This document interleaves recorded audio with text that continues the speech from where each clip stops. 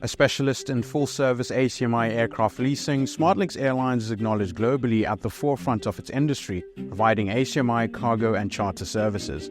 Coming off a record year in passenger and cargo volumes, the airline's footprint and destination network extend to North America, Europe, Africa, and Asia, supported by a fleet of narrow and wide-body Airbus and Boeing aircraft.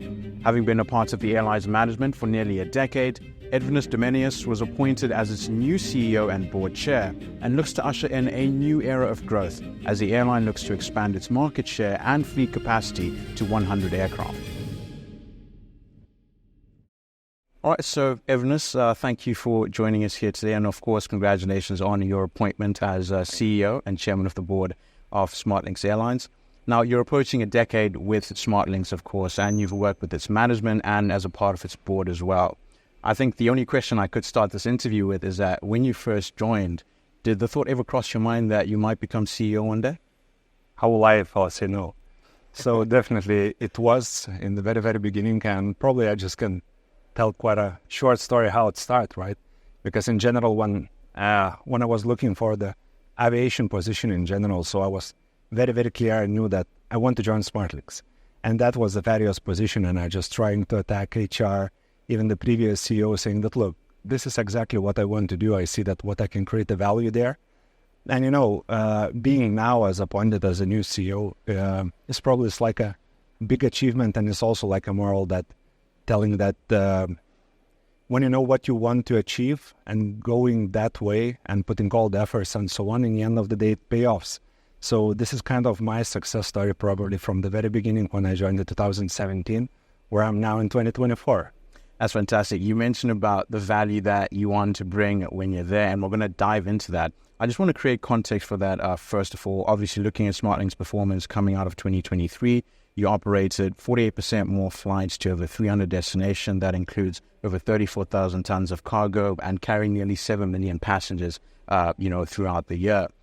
Could you paint a picture for us of what are some of the company's short and long-term goals? So we're not stopping, definitely. And I believe that 2024, it will be another record for our company. We expect the growth of 10-12% for this year in the revenue side. And definitely it's the market not allow you to grow so much on the assets, on the increasing the fleet, what we did in the last few years. But for now, it's the focus what we're doing on the utilization of the aircraft, the efficiency of their operation, and just to increase and boost the performance of the assets what we have now to reach these goals. So even on the mid-term, we see that the growth is going. On the long term, definitely it's kind of supply and demand business, and we are reacting where we can achieve or what we can do more. But definitely the growth is like the key factor of success, and it just to be controlled growth. Mm-hmm. And in this case, we are following our long-term strategy and pushing that way to achieve what we want to achieve for the company and for the group. Now, with that picture in mind, what are you looking to bring to the company in this new chapter, of course, for the company and for your career as well? It's a very difficult question because not only me is bringing something for the company, right? So it's like close to 500 people working there on the administration side, plus all the crews, what we have, 1,500 in general, just getting some of the piece for our success. But all in all, the biggest focus for this year is just definitely to be a leader and to try to invest and look in the people grow, how they can even add more to the company's success. And on the other hand, definitely we're looking for the efficiency and effectiveness of our operation. So I believe these two angles where we're looking in our success and our growth should be the focus for the next 2-3 years. Now, just diving deeper into the core of, again, this picture that you're building for us for the future growth that's expected for SmartLynx. When you look at SmartLynx today, obviously you're recognized globally at the forefront of the ACMI industry, and you've also seen both the ACMI sector and the company during different seasons. This is prior to 2019 and the highs of 2019. We also saw the downturn in traffic from 2020, and now there's this upturn and revival to 2019 levels, and of course, breaking those records. What parts of the business have you seen change over those years, and how has that strengthened the business? And if so, did that prepare you for this new chapter? Sometimes in the company we're saying that we lived in every single year was kind of the crisis, right? So, and again, every single crisis opened some of the opportunities what we faced starting 2018, 19, when we had a tremendous growth of our fleet. Then aviation in general was hit by the biggest recession, as we can call it, when called COVID. After the COVID was immediate, again, increase of the operation. So I believe from the company point of view and from my personal point of view, we saw quite a lot in the different years, and we made our homework now to see how we can, use that success for the future, right? So in general, definitely we are ready for that growth and to see how we can, even not to meet 2019 and what we see for the 2024, we definitely will hit that. And where the company were in 2017 with the 12 aircraft, this year we're hitting 70. So it's kind of a long way what we did and where we're going now, just to be able to prepare and just to learn from the mistakes or some of the challenges we experience. Now, there's the common old adage that there's strength in numbers. And of course, SmartLynx is a part of Avia Solutions Group, which is the largest ACMI capacity provider in the world. How important is having or being a part of the group in terms of firming and supporting your own ACMI operations at SmartLynx?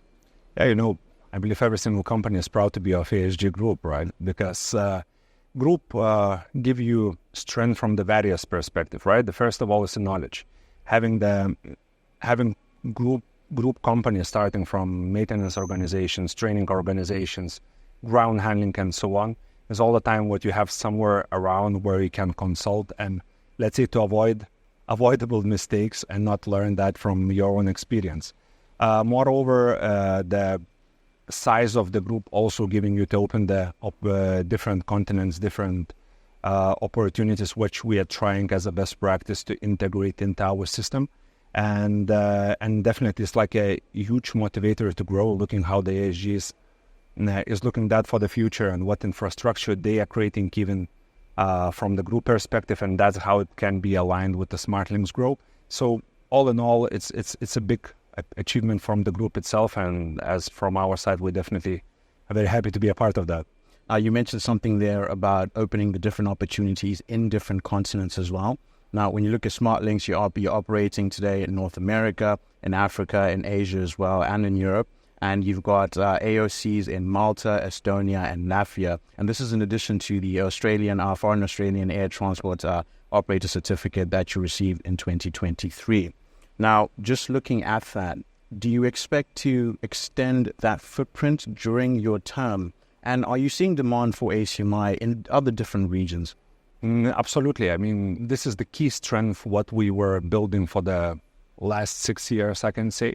And this actually also the result of SmartLynx, what we have now, that we are flying kind of flat utilization during the 12 months period, right? So counter seasonality, it's the core of ACMI success. And, having that grounded aircraft during the winter, definitely it will not create the sustainability into your business. So for now, as you mentioned, we are Canadian Foreign Air Operator Certificate, American, Australian, New Zealand, Mexican. So the geography is there, and the key goal, we are just trying to expand that geography even more.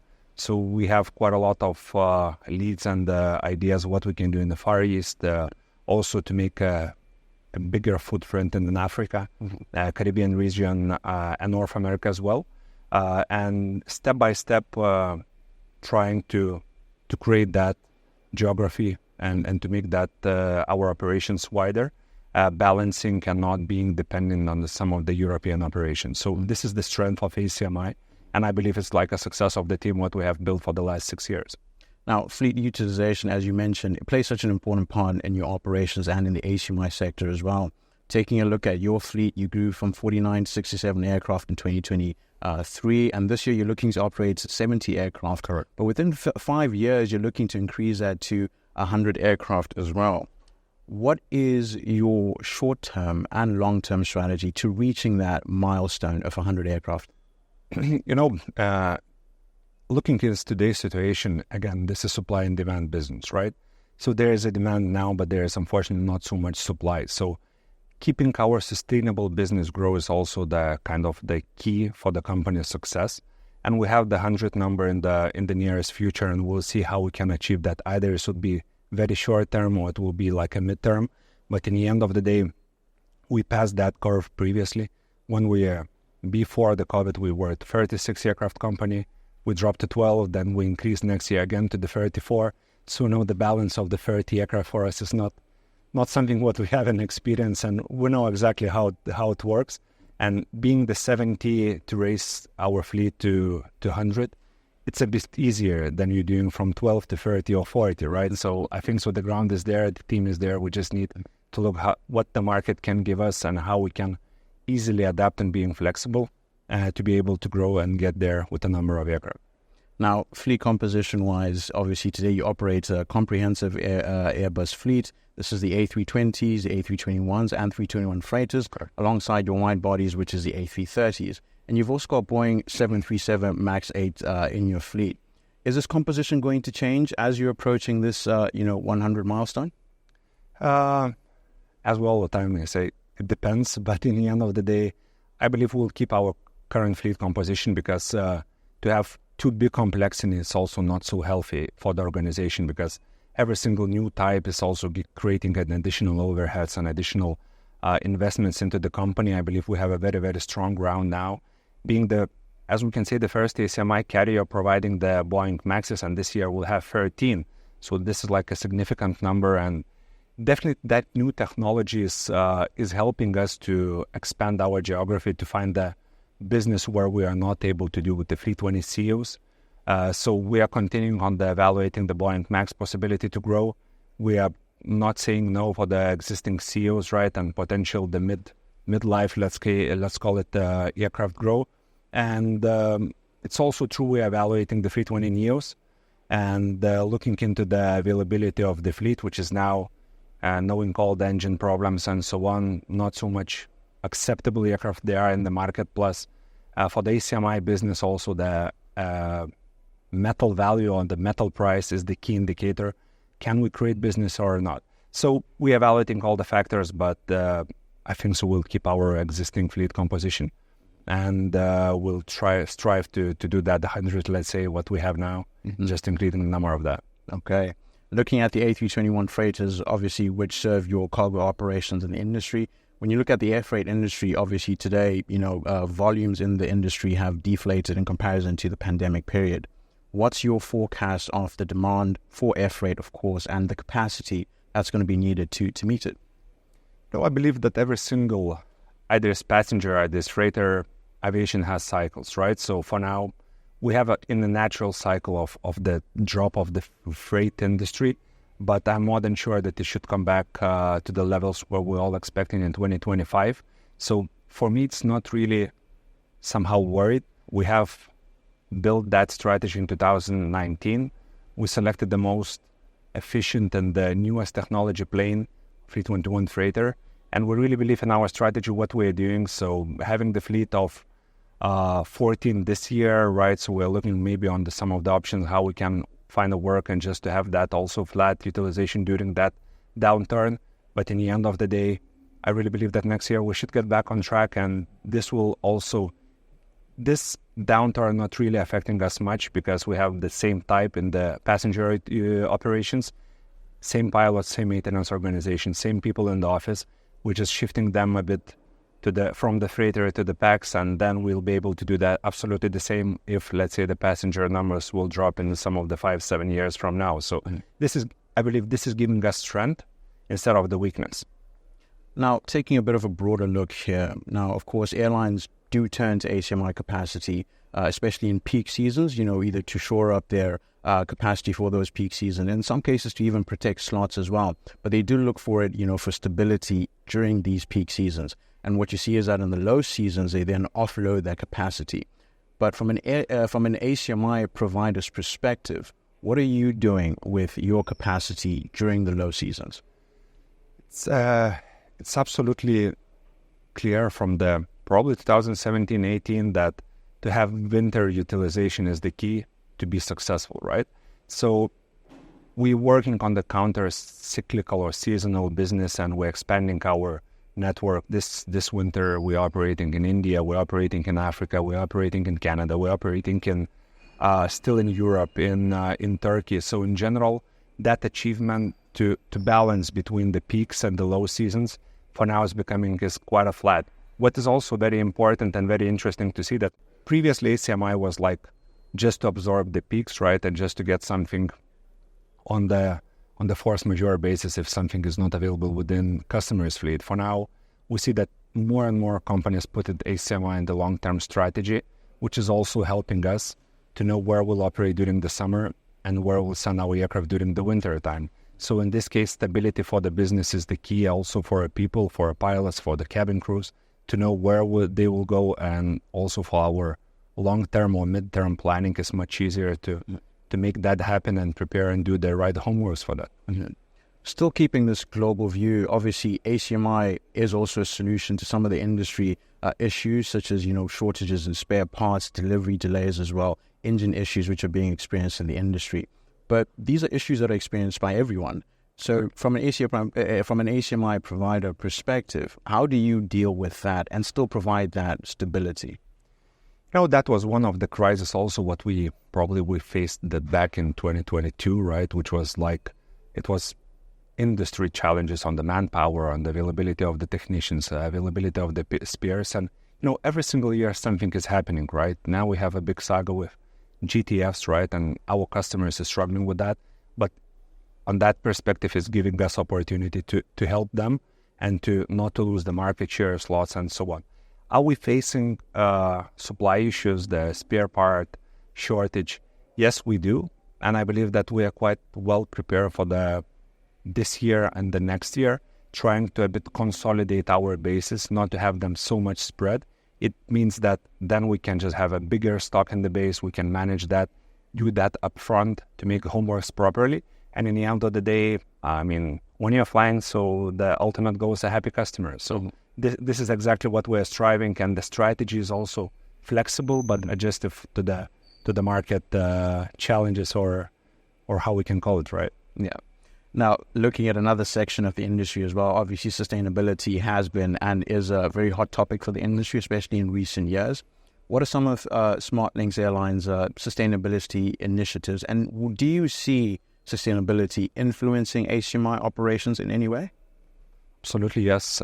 This is like a very, very hot topic, and I'm very happy that companies, and including SmartLynx, they're paying attention to that. And as we see, it's all the time starting how you're acting at home, right? Are you recycling? Are you keeping your electricity on if you are not in the room? So we are, let's say, trying to spread that also within our company, starting with the plastic bottles, electricity usage, effectiveness. We put our OPEX department last year, which is exactly focusing on the lean, on the efficiency, how we can not throw, the money and the environmental stuff away. But if we're talking about the more, let's say, significant stuff, how the SmartLynx is investing, so definitely the types as a Boeing Max, as you know, it's like the efficiency of the fuel and ESG policy and so on is quite crucial. And investing in that new technology, see that it's pay off for SmartLynx and for our customers. Another thing, with what we have just talked, 321 freighter, also in comparison with the main competitor 757 freighter, it's a minus 30% on the fuel consumption or the ESG and so on. So these are the key points what we're still following. We want to invest more, we want to educate more, and I believe that the path, what SmartLynx and what also ASG is doing from the workshops, investing more on the people knowledge of what is this environmental health, how it's important. So I believe this is the key also for the future, and you must be there. If you are not taking care of the environment, so you're out of the business. Now, I'm going to take a little snippet of what you mentioned there about investing in people. You mentioned investing in people knowledge, but I'm going to focus on investing in people. And obviously, people play such a significant role in any business and in any organization as well. And as SmartLynx opens this new chapter for you, your career, and for the company as well, and the people inside, how important is the role of people going to be for the company, and how important is it going to be for you to have the right people around you? No, people making business, right? So, I mean, without people, and it can sound like a cliche, but in general, it's all about people. Mm-hmm. If you do not have right people, you can have your metal standing on ground, whatever efficient it can be and whatever fancy it can be. The same is in the office, right? If you do not have knowledge, if you do not have dedication, and I believe that talking about my surrounding, it's all about passion, right? And it's all about the extra mile. Are you ready to invest a bit more of your efforts, of your mindset to make it happen? And I believe this is actually the creating the success. So in SmartLynx, we're trying to have that, family, which is definitely focused for our end result, and trying to change that in a better way. I mean, the world, the aviation, ACMI world, whatever it is. So I'm really happy what we have now. And I will be more than happy looking in our future, investments and that education of people, and looking how they are making their own achievements as a personalities. And also this is, equally reflects to the company's success. Mm-hmm. I want to take us on a tangent here and look at your history, obviously, as we come to the close of our interview. And looking at your history, you've got a degree in tourism, you've got an IATA certification in aviation as well. You've been a part of other industries, and you've also played a significant role in the airline or in the airport sector of the industry. But despite you being in other industries as well, you've always come back to aviation. So like a traveler, is aviation your North Star? It seems so, because I started my career in FMCG business, and I returned it back. But, after 4 years, I just really understood that, the passion and your heart is here. So I really believe that journey, which is again started, 7 years ago with that aviation sector, will lead us all to that North Star, and will make that significant, not only for myself, as a leader, but also about the company, where we should be. And I really, really want everyone to feel that, when you are in the system or where you're in the field, where you're just feeling the best. So this is exactly what I'm telling about the extra mile, what you just passionately want to achieve and to do.